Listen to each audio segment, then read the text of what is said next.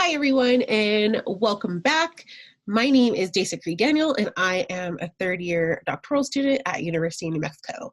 I wanted to give a brief introduction because I realized that when we taped our original welcome to the Div45 Virtual Mentorship Program, I didn't really introduce who I was. So again, my name is Desa.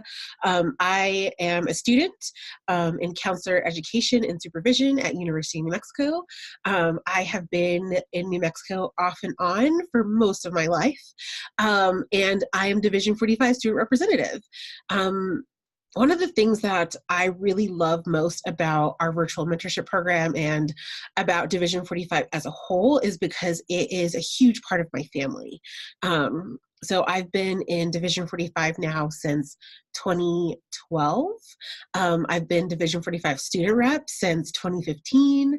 And it's just been such an amazing journey of just meeting so many fantastic scholars, people, humans, but also students. And so over the years, as I have gotten just a ton more experience and just a lot more intersecting with people that are similar as me. So similar identities, similar research interests, similar passions, but then overall just coming together and making Division 45 our home. So I hope that you enjoy the virtual mentorship program as a whole.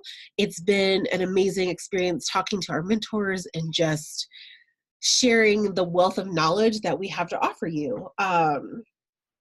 Even more so, it's just been fun. It's been so fun. So I cannot speak highly enough of Yue and Chun and also Crystal, who are our main mentorship reps for Division 45.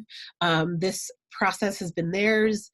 I've just been lucky enough to be a part of joining in on this journey. So as a whole, please like this video, subscribe if you aren't already. We would love feedback either on the podcast or on YouTube.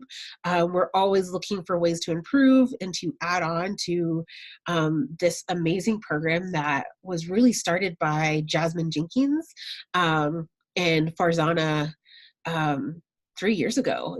It's so crazy to think that we've been doing our virtual mentorship program now for 3 years, and it's just changing and growing as we go. So I wanted to jump straight into who I interviewed today. So I talked to Matthew and Pamela, who are the best people I know. I know Matthew here at University of New Mexico, and I have met Pamela through Division 45, and they just had a wealth of knowledge about research, about grant writing, about being a doctoral student, about their pathways and their processes. And we just had a really good time. So I hope that you enjoy this podcast or you enjoy the video. And again, please give us feedback. Let us know how we're doing. And their bios are in the show notes. So without further ado, this is the Division 45 Virtual Mentorship Program on Research and Grant Writing.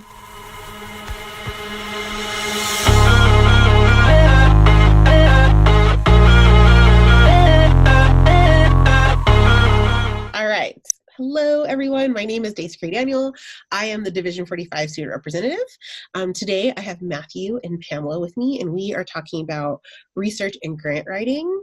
And I will first let them introduce yourselves. So whoever wants to go first. Hi, everyone. My name is Pamela. I'm a fourth-year graduate student in clinical psychology from the University of Maryland, Baltimore County. Hi there, I'm Matthew Schwartz. I'm a sixth-year anthropology graduate student at the University of New Mexico. Awesome. So I wanted to first start with kind of giving an overall idea about where you are at in your program and some information around like what research you're doing, but also like what brought you to your profession or your career. I can get started with that. So like I said, I'm a fourth-year graduate student at UMBC in clinical psych.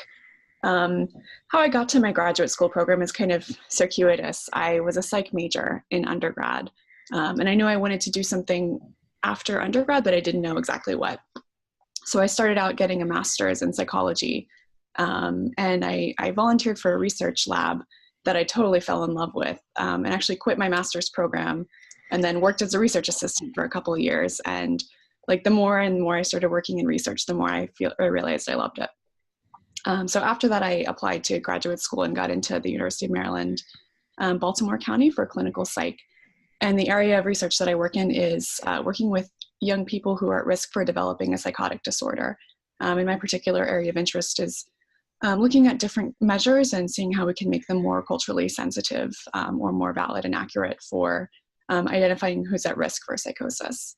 So yeah, that's what I do. Awesome. Excellent. So I also came to it through a pretty circuitous route, similar to Pamela, in that I was an anthropology undergrad. I studied sociocultural anthropology for my first four years of undergraduate training. And then I took one class in evolutionary anthropology, and it was kind of the gateway drug to viewing the world with a different kind of paradigm, I guess.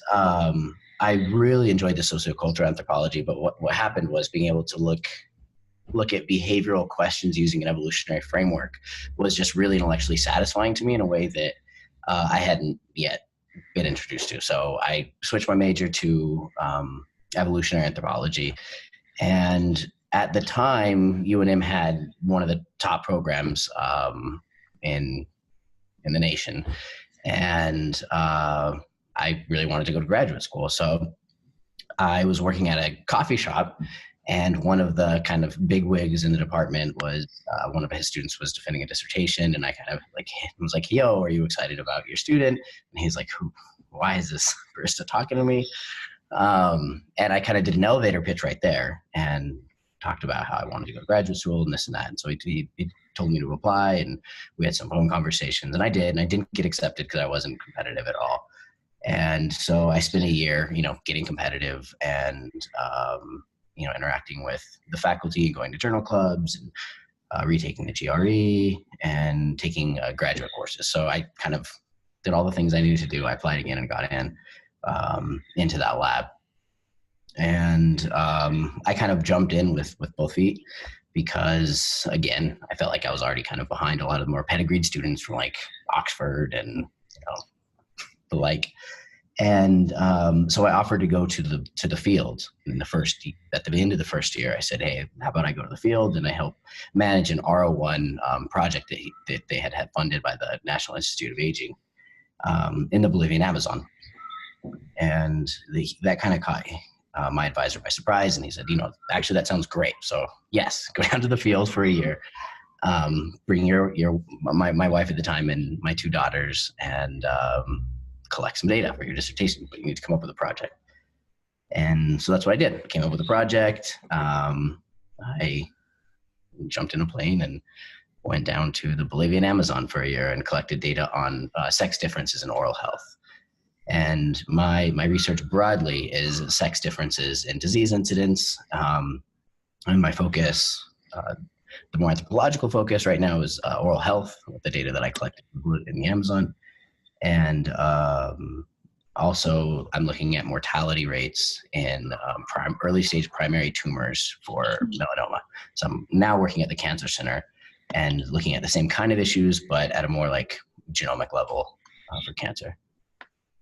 That's amazing. So something that stood out to me the most was you both talked about like this drastic career change between being like, I'm an undergrad and I'm going to do this and I know I'm going to do this, and then totally switching and being like, I'm going to go into grad school for something completely different. So talk to me a little bit about that process. Like, how did you know you're making the right choice? And then like, what feelings around that, like, left turn when you were on like this right pathway? That's a great question and a really astute observation. Almost like you're a psychology student. I feel like for me, academia and finding like my research and academic passions is a process and not kind of like an end goal. And the more intellectually curious you are and the more people you interact with, the more new things you find that are exciting. And I feel like when you follow your passions, they can go in a bunch of different directions. So you might think that one thing is right for you, but if you're kind of open-minded and curious, you'll realize there's like a whole world of new stuff out for you. And I think also in my experience, kind of who your mentors are kind of dictates the path that you go down. And I've been really lucky, I think, to have a lot of really awesome mentors that made me kind of fall in love with what they do. If it wasn't originally something I was interested in, because they're so, like lovely and generous with the amount of time they give to you and the, how excited they are about their work. It kind of makes you excited equally. And I think that for me, my path to grad school has been really helped along by a lot of people, like peers and supervisors and mentors, kind of helping me and like opening doors for me. And that's kind of how I got to where I am now. Again, similar to Pamela, I think that what she was talking about with mentorship was really, really critical to my eventually getting into grad school. And there was a series of folks who, for whatever reason, had their door open to me and kind of believed in me as an academic or a scientist or a researcher, or what have you. And before having those people in my life, it wasn't really a possibility. It wasn't something that I had ever considered. I didn't know what the academic trajectory even looked like. And it was through these people reaching out and kind of believing in my capacity that I was able to make this kind of transition. And again, in line with what Pamela said, is I don't think it's so much an end goal so much or knowing anything, right, as it is a process. And the more that you learn, the more you know that you need to learn. As soon as you learn something about, let's say, research methodologies or getting a handle on the literature, then you find out you don't know anything about something like grant writing, or you don't know something about professional development, or, a job search or things of that nature. So I feel like, there really isn't kind of an aha moment where you're like, okay, like now I'm a researcher, or I'm interested in becoming a researcher, or it's more of a process. And it's lovely to be able to dedicate yourself to learning stuff. And it's great. Yeah. Okay. Yeah, go ahead. I mean, as you're talking, it makes me kind of think too. I think when I was younger and I kind of looked from the outside into research, I thought it was this process where you kind of somehow know what you want to do, and you come up with a question that's kind of brilliant all on your own. And I think I've kind of learned that like research is this conversation that you have with other people in your classes and like your collaborators and other folks. And it's not just like this solitary thing. It's like an ongoing dialogue between a lot of different people's brains as well. And it's influenced by your own thoughts, but by other people also. So. Yeah, I thought it's interesting that when you're talking about research and kind of how you are on this life learning process of not just almost like consuming knowledge, but then also like how are you consuming it, but then how are you critically thinking about it? And then the switch to, okay, what's the research question? So I'm wondering for the both of you, as you kind of did this thinking in yourself and like research is kind of becoming part of your identities, how did you know like this was the research for you, but then also how did you know, okay, I should write some grants about this? I feel like this is our process now, so I'll just jump in and start. I'm good with that. So for me, I when I got a volunteer job, it just was in a completely random area of study for me, in the field of early psychosis. And I really loved working with folks who were experiencing their first episode of psychosis. Like, I feel like having people there who really cared or who were interested in listening made such a huge difference in those folks' lives, as opposed to someone who maybe was uncomfortable or had some like feelings of stigma around psychosis. So I knew I wanted to work in that area moving forward. And as I was a young graduate student, just a few years ago, I really was wondering, like, what is my area of focus in this research area? And I was kind of thinking of one thing or another and trying to read lit and didn't really know what I wanted to do. And then I can't remember, it was one time when I was recognizing like politics and ideas around identity and culture and racism, all of that stuff. These are things that I'm really passionate about, like in my like personal life or my non-academic life. And I think about it and I love to read and talk about it. And I was like, wait a minute, I spend all of this time thinking about these ideas, and this is something I should work on in my personal research life.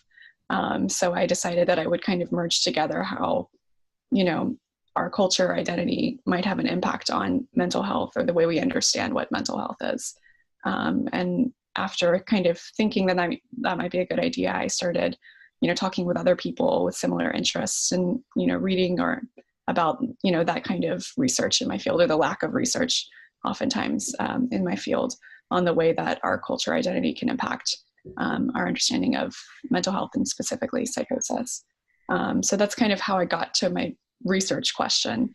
And I'm really glad I did, because I think a lot of times we might feel this pressure to research like the popular or the publishable research idea. But if you're not passionate about it, or if you don't care, I think it can be really difficult to kind of motivate yourself to stick with it for the long haul. So I think I was pretty happy to find something that I really cared about and was interested in. And then grant writing, I think, was just kind of a natural progression of working in my lab right now. So I'm in a lab where we have a couple of NIH grants, and we were able to do a lot of different things with evaluation and different research studies, but we always wanted to have a clinic of our own, which we weren't able to do. And pretty recently, I think last spring, there was a SAMHSA grant announcement to establish a research clinic for people at risk for psychosis. And so I was really excited about it, as was my whole team. So that's kind of how I started to work on the grant writing process, just because we wanted to do a lot of work that we didn't have the capacity or the funding to do. So we really look at it as a mechanism by which we can, you know, do more of the research that we want to do. That's fascinating. And it's a great question, Desa, because it's something that I actually don't really have an answer to. It's an ongoing process with me. It's something that I grapple with kind of on a daily basis. And that's, you know, disentangling a larger research question, or disentangling the smaller, you know, more tractable questions from these larger research questions that you're really interested in. And I haven't yet successfully done that. You know, when I say something like I'm interested in sex-specific diseases and incidences of diseases, that's super broad, right? And even when I use it on an evolutionary perspective, it's still super broad. And when you dive into the literature, you realize that there are just tons of theoretical gaps, and tons of work, theoretical work, clinical work that has been done. And it's completely overwhelming, right? When you look and you're like, well, how, there are a lot of gaps to fill.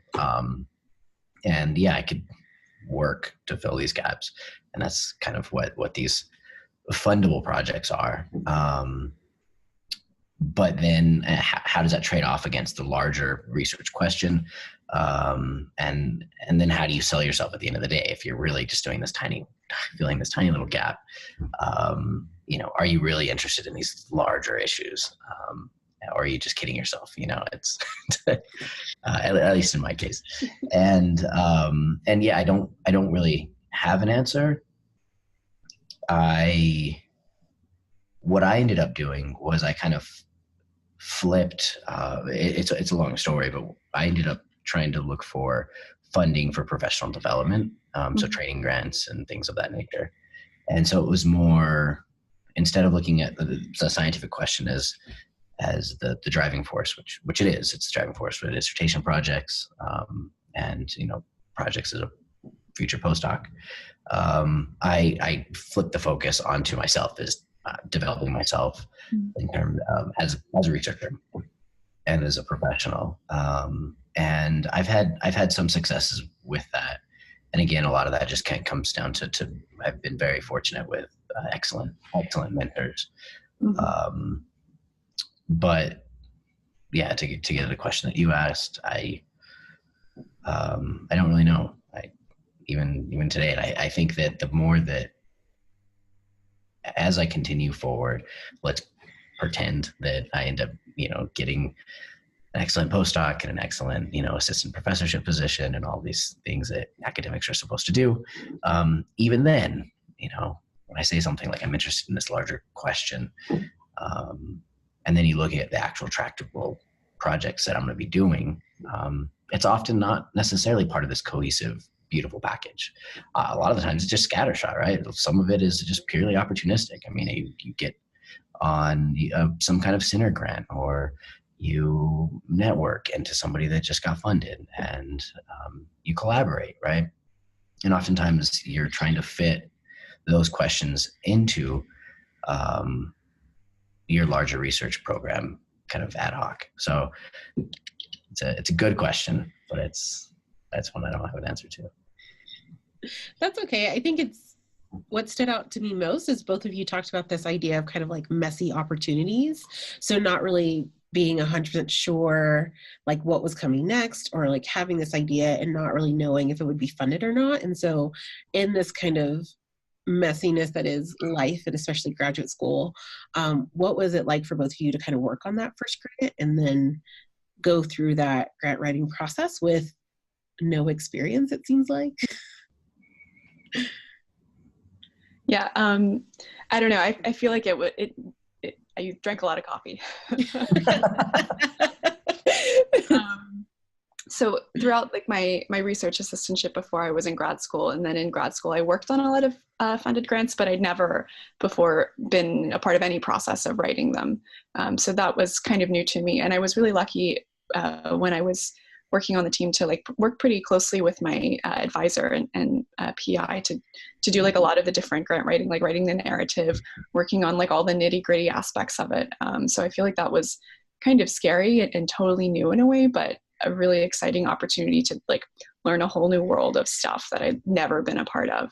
And I feel like on the one hand, there was a lot of like fear about doing something new, and also how can I fit this into my life when I'm already, doing like a 2-day-a-week externship, seeing clients, and I'm in, school, like learning a lot of stuff. I was in a data science program at the time because I'm a stats nerd and I love to learn more about stats. So I was like learning how to code in R and Python, which was very stressful and overwhelming. I was like a psychology person. I'm like not a math student. It was really tricky. But I feel like I try to let my like excitement and passion overwhelm my good sense a lot of times and just like jump in for experiences. And a lot of times I try to tell myself like your limits of what you can do and what you're able to do are sometimes more in your mind than in reality. So you should just kind of do what you like and what you're passionate about and see if it works out. So I was actually pretty happy to get to do a lot of stuff and to help write. And I think a lot of times when you're trying something new, it can be scary, but your mentors are always there for you to help teach you and to help, support you. So that was great. And I think regardless of if it got funded or not, it was a really cool opportunity to learn how to do some new stuff and gain new skills and like learn about what the grant world is like. So, and coffee is always helpful. I need some more coffee. And it got funded, by the way, so that was awesome. Excellent. What was it? We didn't learn until many, many months later. Well, what kind of grant was it? It's a SAMHSA grant for establishing a 4-year clinic. Excellent. That's very exciting. I know. I'm really pumped. It's going to be awesome. It's awesome. The way I came to grant writing was also circuitous. I didn't really know much about it. I mean, I wrote like a field research grant that was funded, and a couple of travel grants and whatnot to go to conferences.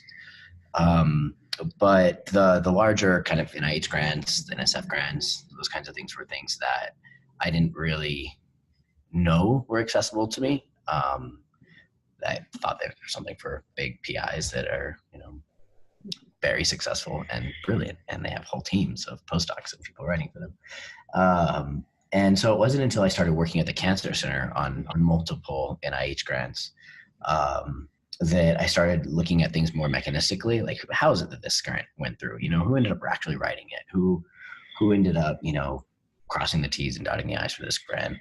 And I found myself networking a lot with the admins and just asking a lot of nerdy, obnoxious questions like, hey guys, what you doing? You know, you working on a grant? And I found, because I have two daughters, I started seeing, I don't want to say I started seeing dollar signs, because we all know that, you know, academia is not the place for dollar signs. But I knew that my research assistantships they're just not enough money. And so I started like looking mechanistically at how can I get more money to pay for my daughter's needs. And it was that drove me to really start digging deep into, okay, what are the different options for graduate students? And I ended up actually taking a full staff scientist position at the Cancer Center for a year that my advisor was just not happy with, of course, because I wasn't able to really do much on the dissertation because of it. But it was excellent because I kind of got to see how the institution worked. Right? It's a machine. It's a machine that gets paid with grants. And before that, I wasn't able to see the institution. And working for the institute, like for the Cancer Center, was so helpful because I got to see, okay, here are the cogs, here what the cogs do. You know, here are the nuts and bolts, and here's how things work. And I was able to identify a mechanism to basically buy my own time out. So I found an administrative supplement. At the time I was working on a couple of R01 grants and a program project grant, so a PO1 grant. And I ended up basically writing an administrative supplement to the PO1 grant to basically buy my salary out. And, you know, there's a training component. It was excellent. And I had no idea how to do it. And so I just ended up reading like the FOA, like the funding opportunity announcement, like a million times, and just, you know, very slowly working through it. And, you know, obviously the PI on the program project grant is super busy, right? I mean, as busy as I think that I am as a graduate student, I know that postdocs are probably twice as busy, and assistant professors are an order of magnitude more busy, and full professors with funded R1s are, you know, another order of magnitude more busy. And then you have people with multiple R1s. It just gets crazy. And so I didn't want to burden her. So I basically approached her and said, hey, how about I do this thing and I'll submit like a draft to you, and you can let me know what you think. And that's what I ended up doing. So there wasn't really, I kind of jumped into it. And before I worked for the Cancer Center, I didn't really know that it was a possibility. Yeah, and I think like going into it, you think that it's like a magical, mystical process of like how to write a good grant and all that stuff. But there's actually a lot of resources out there, and there's a really like specific structured way in which they evaluate grants. So if you read the FOA like a million times, and you find there's a lot of resources about how to write a good grant and how they score things and things you should include. And here's a good example of a funded grant. So it's a little bit easier, I think, for people who don't have experience to write something good if you're willing to take the time to find like resources and figure out like what's a good grant. Yeah, absolutely. I like how you talked about like reading the research initiatives, or in academia a lot we call them the like FRP, or it's just RPR or yeah, something. like there's like 800 different letters, right, for like the announcement of like the actual grant. And I'm wondering, like, in your experience, what was the difference for you in maybe like applying for a traveler grant versus applying for SAMHSA or NIH? Yeah, probably just like the scope of the project for me. And I think trying to fit in this like massive project when you're already a busy grad student doing a million things. I've maybe done a couple small grants as well. But I think they were always like pretty manageable and knowable, and like this like tiny little thing that I had to do. But like the FOA for our grant was like, I don't know, 60 pages and had like 6 different appendices. And it was like, you know, so many different avenues that you can go down and trying to figure out what's SAMHSA's definition of evidence-based practices, and they have their own kind of idiosyncratic way in which they define that. And oh my God, there's a whole field about this. And like, you know, I think that it can be this massive project. And particularly if you're in the situation where you don't have a whole team behind you, kind of how you take that on yourself when you're already writing papers and doing your dissertation and doing your practicum and classes and your funding and all that stuff can be really tricky. So I think kind of like how to break it down, and also like knowing when to stop of, I've worked on this, but like I can't go down these 10 rabbit holes. And like I have to know that like my grant is not as amazing as I'd like it to be, and maybe as I could make it if I had unlimited time to spend on it, but it's good enough, you know.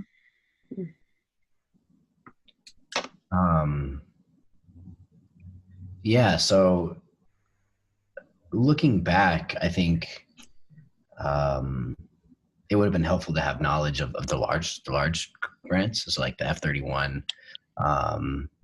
the administrative supplements, you know, the NSF GRFP, all those kinds of things that basically will carry your research for a certain amount of years. And then a lot of those grants have, you know, travel awards written into them, right? So I think my supplement gives me $4,000 a year for travel. And the supplement can be written, you know, for pre-docs, for postdocs, for early investigators. And I think focusing on those large scale grants and just kind of knowing when you need to be applying for them, what they are, would have been super helpful, you know. And then, you know, also applying for the travel grants and also applying for the small, you know, field research grants, and that, like, it's kind of like an and game. Of course, you know, time is not on your side. But once you have some materials written, so like, let's say you do an F31 application, usually you're going to have those materials can just be repurposed for, you know, an F32 grant, or for, you know, institutional grant like the K99 or the F99 K00 grant, or things like that. So I don't know, it's kind of a long answer that it's an and, right? So it's the big grants and the small grants. And there wasn't like at any point a decision where like I'm going to apply for the small grant instead of a big grant. It's more, I always need to be working towards this big grant, probably for the rest of my career, right? So there are like 4 or 5 postdoc grants that I need to be working on. My first year of postdoc, I need to be writing an F32 right now. My first year of postdoc, you know, I'm probably not going to get an F32, but I need to write it anyways. Never say never. Well, Yeah, you know, yeah. but I'm not trying to brag on myself, but I'm also realistic, right? So I'm going to be writing a K-12, which has a really high, it's very fundable, and we have a center here at the UM. So, and I know the director, so that's a lot more likely. I'm also going to be writing an administrative supplement to the PO1 that has another 3 years on it, and will probably get renewed for another 5 years. So it's administratively reviewed, so it doesn't go to full review. That has a really high likelihood of success. And then I'll also be writing an F32, which does not have a high likelihood of success, but I'll be doing it anyways, because, you know, that's what you got to do.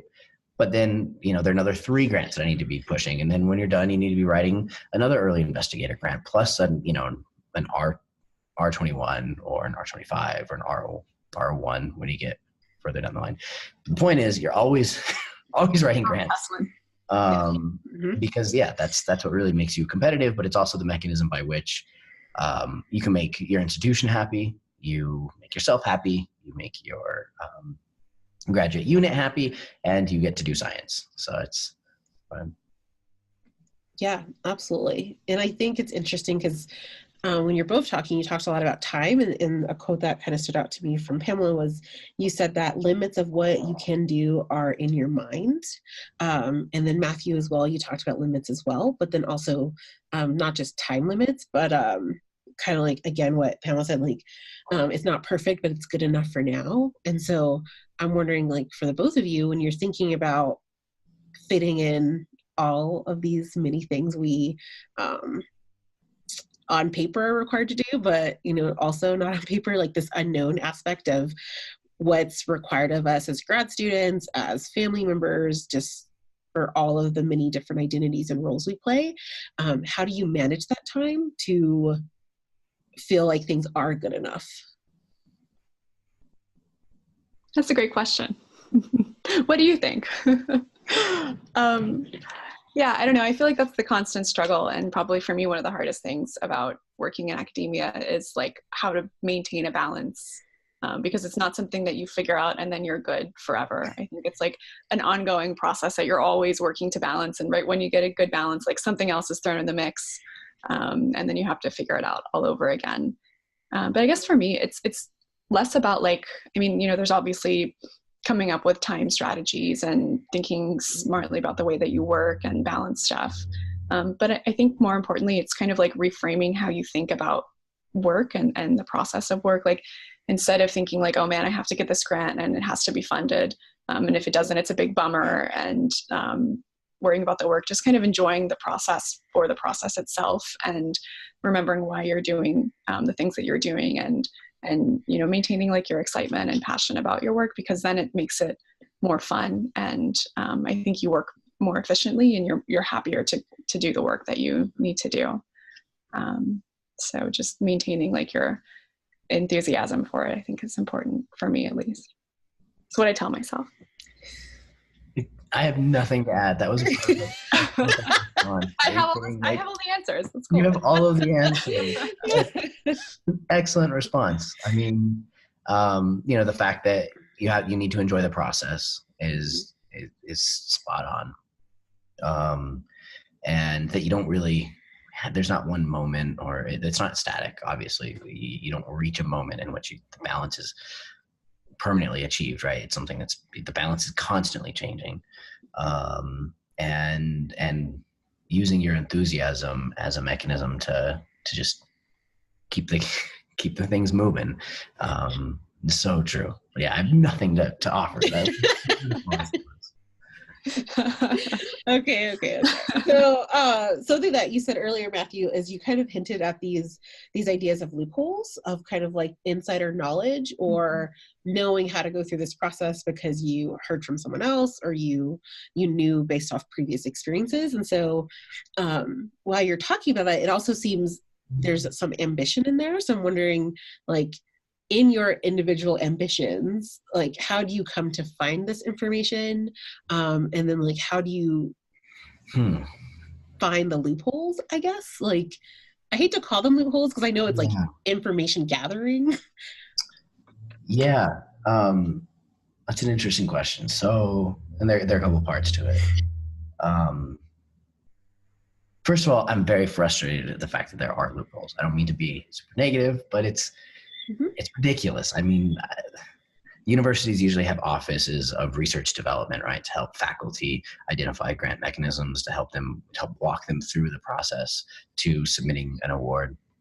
And it's pretty frustrating that these things are not just clear for everyone, right? Knowing, okay, if you're working with the NIH, you're working with NSF, here are the year one opportunities, here are the year two opportunities, here are year three opportunities.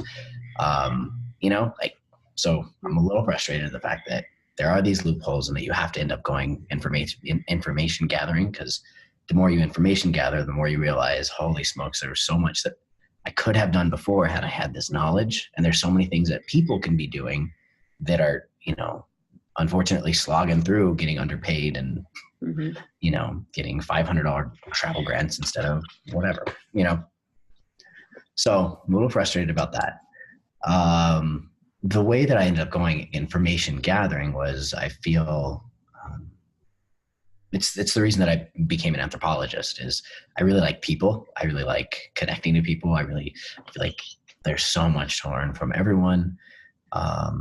And it was, just through talking to professors and grad students in different departments and the admins at places like the Cancer Center and the university. It was through these relationships that I was able to just learn more. And of course, my focus was on things that would benefit me. but also, just developing a relationship with these people. So I would listen extra carefully to things that like to different grant opportunities or mechanisms that I think could be applicable to me. And then I would just kind of ask a little more questions about that. But really the information gathering just comes from just liking people and wanting to learn stuff from those people. There wasn't anything more than that. Yeah, I also feel like networking is key, and like finding people who have research experience or who work in that area and just kind of picking their brains. But I also think sometimes it's helpful to look at like different websites or resources. Like I know SAMHSA or NIH have different like webinars or announcements and things that if you sign up for alerts or you go on, you can learn a lot of really cool information, or it can kind of be illuminating and understanding the grant writing process and opportunities. So hopefully there's some non-networking or insider paths to getting that same information. Yeah, absolutely. And a part of that process, I'm wondering, like, what advice do you have for first-year doctoral students or even master's or undergrad students who are looking to follow in a similar path as yours?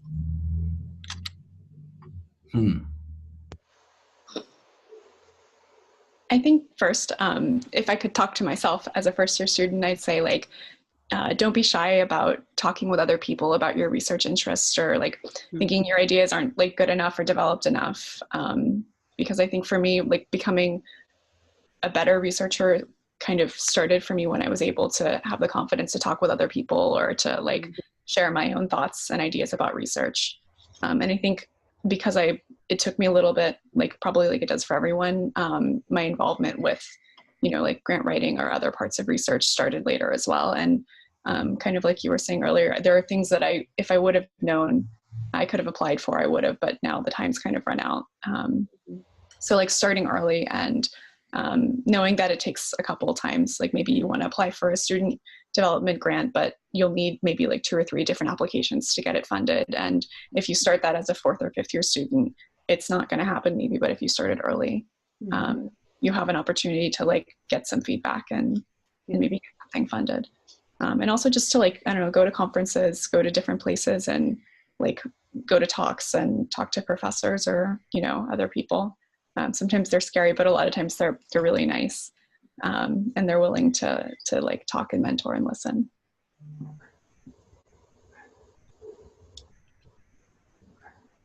Yeah, again, that's an excellent response. I completely agree that identifying mentors is super critical. It's and going back to your point about enjoying the process, I find the more recently there's been a larger focus on deliverables, like whether they're applications or manuscripts or parts of manuscripts or things like that. I find that it's forced me to try to be much more organized and completely kind of overhaul the way that I do everything. And it's great. I really enjoy it. And I think if I were to, talk to somebody that was a first year or something like that, I think being process oriented, being organized, and knowing what the goal is, right? What the goal is and what the deliverables are at the different points. I think a focus on those deliverables and the process that gets those deliverables, I think is pretty critical. In terms of the different grant mechanisms and whatnot, I think it really depends, right? I mean, so like some grant mechanisms only work if they're attached to a larger like R01 or PO1 or U50 or whatever. And some grants don't, and some grants only work if you're a minority or underrepresented group. Some grants don't.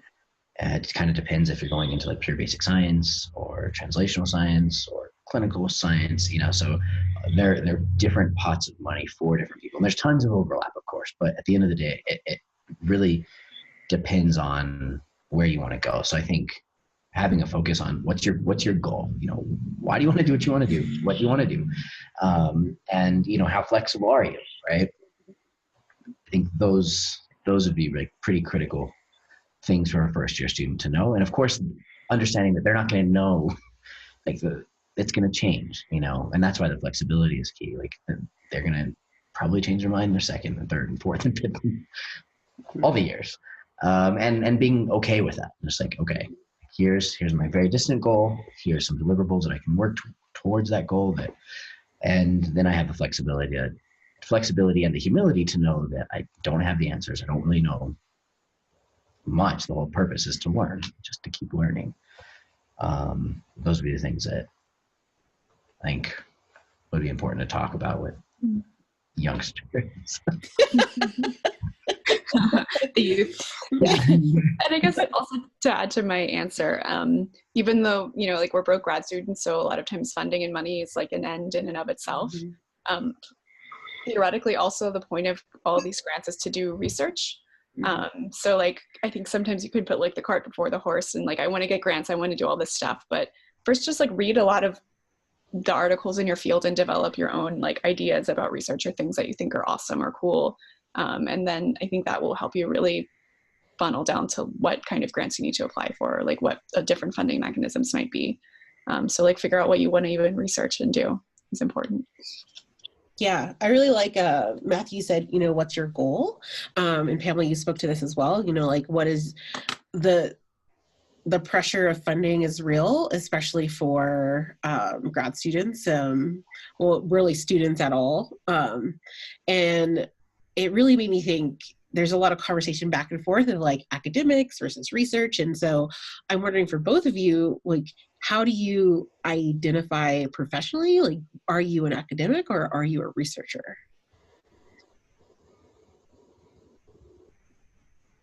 I don't know the difference between. I'm sorry. I should probably know the difference. I don't. What? Yeah, I feel like for me, they're so intertwined. Like academia, I guess, being about like learning schools of thought and you know, like learning about theories of psychology and the, you know, the ideas behind it. I feel like the only way to get to that for me, at least, is through research. So I feel like research really informs your academic development and then vice versa. Like you can't do good research unless you have these like the knowledge base and also these skills and understanding how to think and how to conceptualize. So I'm both, I hope. I'm an academic researcher. Of course you wouldn't choose. Like any good academic, it depends. I don't even know the difference between the two, so.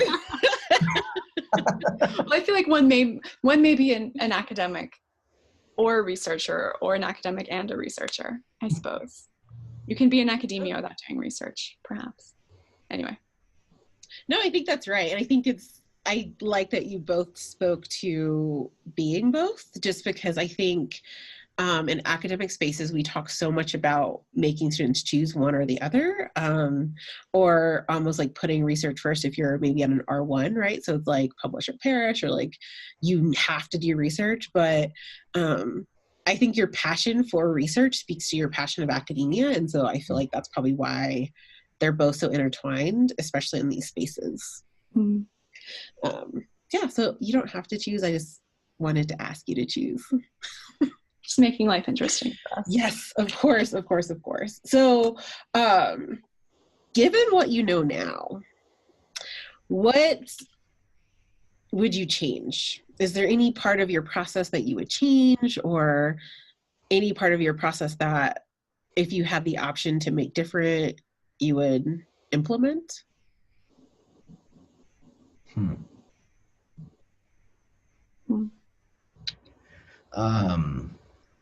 So had I known about this supplement, I could have attached it to the R1 that I was working on in the Amazon, and I could have gotten paid a lot more money.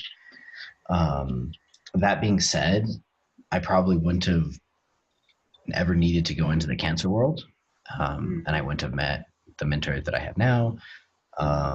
So it's hard to say. I mean, I think if I had to choose one or the other, I would probably choose being in the cancer world and having this mentor over getting paid and not. So I don't know if I would change that, even though it would have had a large impact on my finances and my standard of living.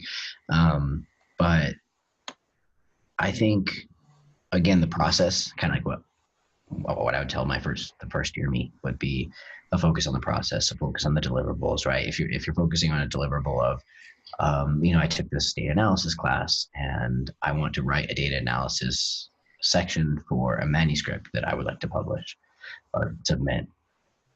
I think that would be really helpful. Or, I'm doing this literature review, but I don't want to just do a literature review. I want to write a literature review because I want to write the introduction to a manuscript that I would like to submit, So again, just to focus on the deliverables, and then a focus on the process to produce those deliverables, I think would be super helpful to me as a youngster. Because I think I literally spent a couple of years spinning my wheels with like something like R, right? Or data analysis, and just running stats and cleaning the data, which never ends. And then at the end of the day, I didn't really have anything to show for it, which is ridiculous. And it's completely my fault. And had I known that, okay, why am I cleaning this variable, right? And had a data analysis plan. Like, here's the model that I'm trying to run. Here are the figures I'm going to generate, and here's where I'm going to put it in a paper. Then I can, every day, I'm just like, okay, well, I clean that one variable. I only have 10 more left. The next day I clean the next variable.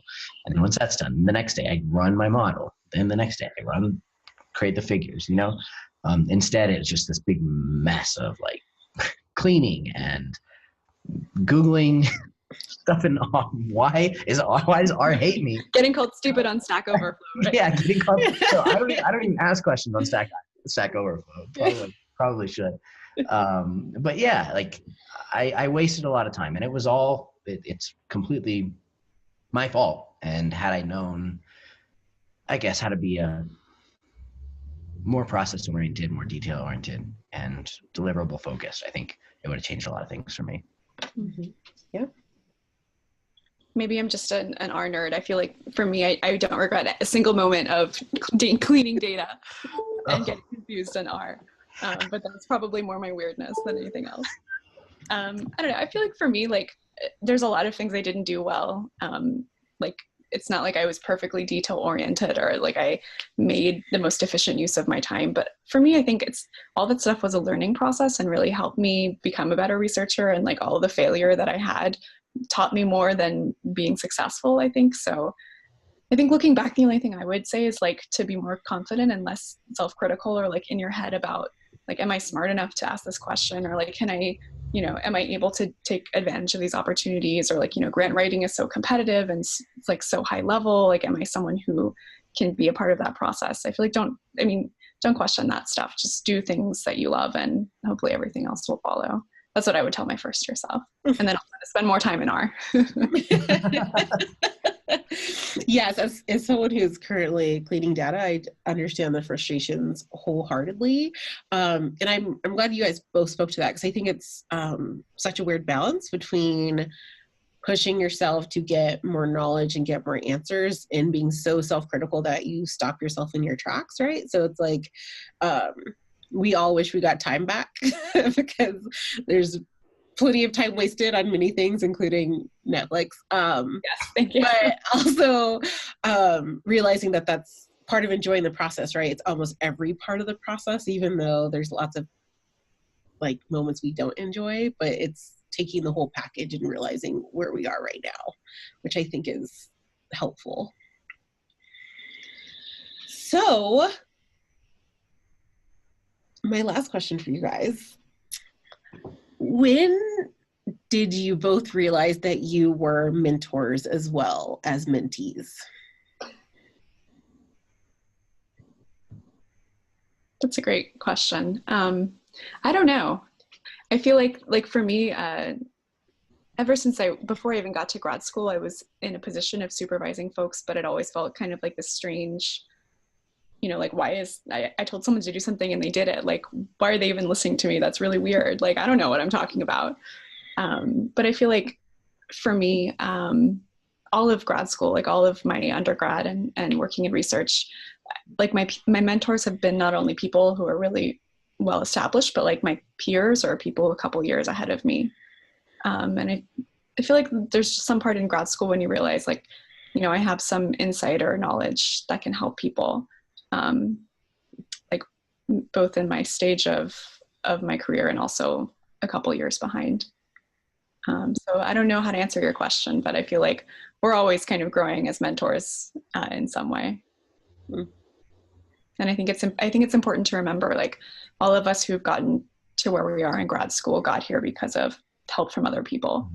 And it's so important to spend time. It's so easy, I think, when we're busy writing papers and writing grants and trying to graduate, to feel like I don't have enough time for, you know, answering someone's question or to help someone out or to teach someone something. But it's how we got here, and it's so important. So I think making time for folks is really critical. Mm-hmm. I'm gonna have a completely different response the first time than Pamela. I realized that I was a mentor 2 weeks ago. So I got invited as a panelist to this technical training section for the National Cancer Institute. And again, I hate public speaking. It stresses me out to no end, but that's all right. And that was the first time I'd been invited to talk about anything. And I was like, I am not a content expert. I don't know why you're inviting me. What are you talking about? But that was kind of a switching point where I'm like, whoa. So if I have to talk about something as if I know what I'm talking about, then I must have something to offer. And I've been pretty recently, like the past 2 weeks or so, talking to some junior grad students, to some undergraduates, and just realizing that there's so much out there, and so much of that information, it's not that it's hidden, it's just not clear if you're not looking, right? And oftentimes people aren't told where to look. And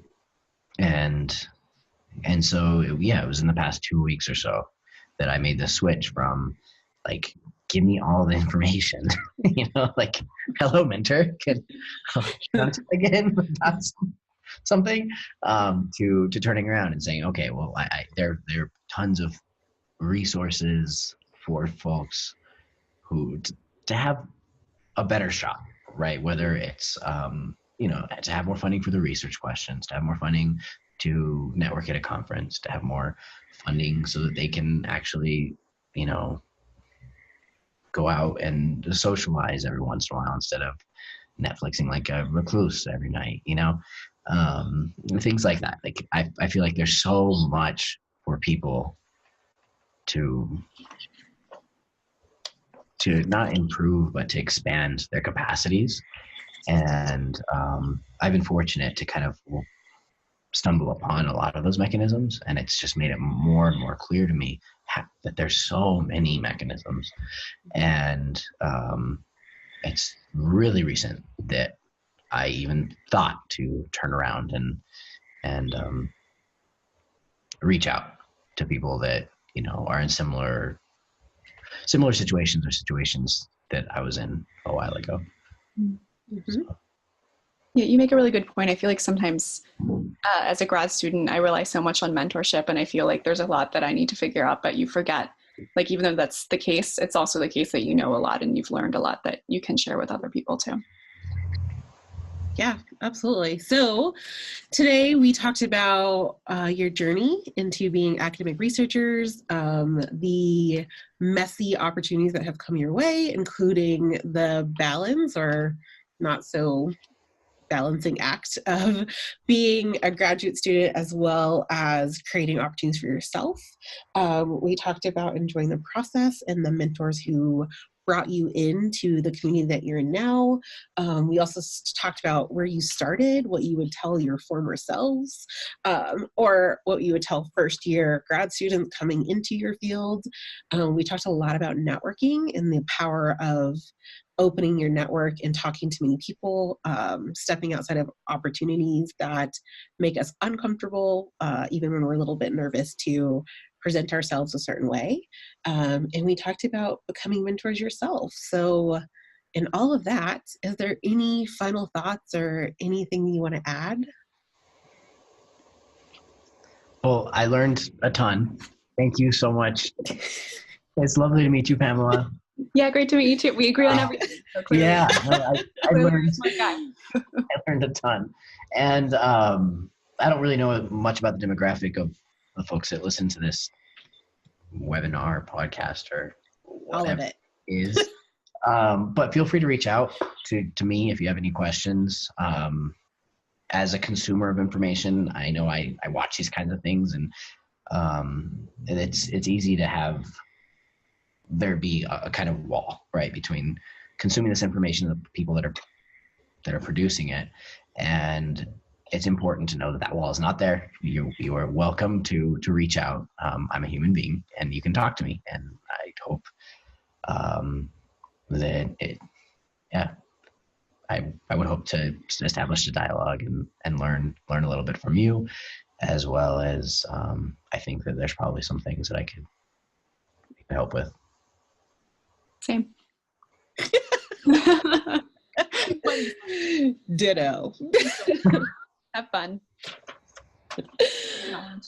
Okay, so as people who know you both, thank you for being warm, amazing researcher, academic humans. I very much appreciate you both for doing this and talking to all of our students. Thank you for everyone who's watching or listening. If you enjoyed this content, please like and subscribe. Leave a comment. We would love to hear how you feel about the content we're offering you, a part of the Div45 Virtual Mentorship Program. I will have contact information for both Pamela and Matthew. And of course, if you do have questions, reach out to them directly or reach out to me. So thank you for listening, and we will see you in the next one.